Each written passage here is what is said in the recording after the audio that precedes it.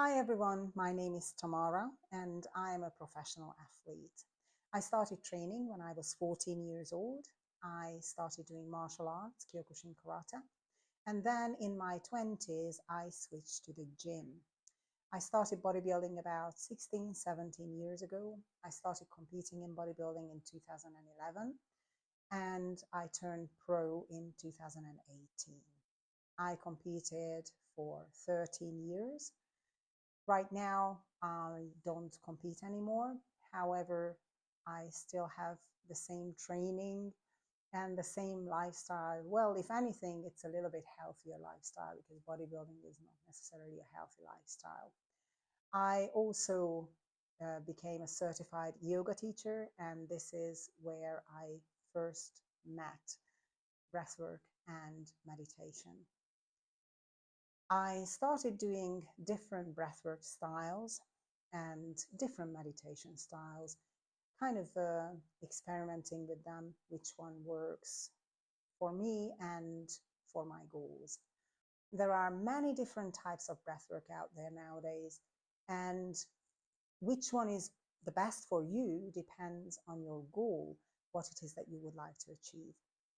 I usually practice three types: the yogic breathing, the somatic breathing, and oxygen advantage, functional and performance breathing. These three are basically recommended for anyone. Yogic breathing is very, very good to calm the system down, even to energize the system. They have some breathing techniques which are very, very good for energizing, and others that are very good for calming down. Somatic breathwork is about calming down and about relieving trauma. And oxygen advantage is, well, it has two branches basically: the functional breathing, which is for anyone. This is not necessarily just for athletes, it is for most of us, because let's be honest, most of us have dysfunctional breathing. And then the simulation of high altitude training is for the performance. So that is very, very beneficial for any combat athletes or high intensity training styles like CrossFit, high rocks, um, triathlon, Ironman. So if you do any of these or any combat martial arts, MMA, boxing, then you will find that the simulation of high altitude training is very, very beneficial for your performance. The oxygen advantage breathwork is very, very good for certain health conditions as well, especially if you have any conditions with your respiratory system, COPD.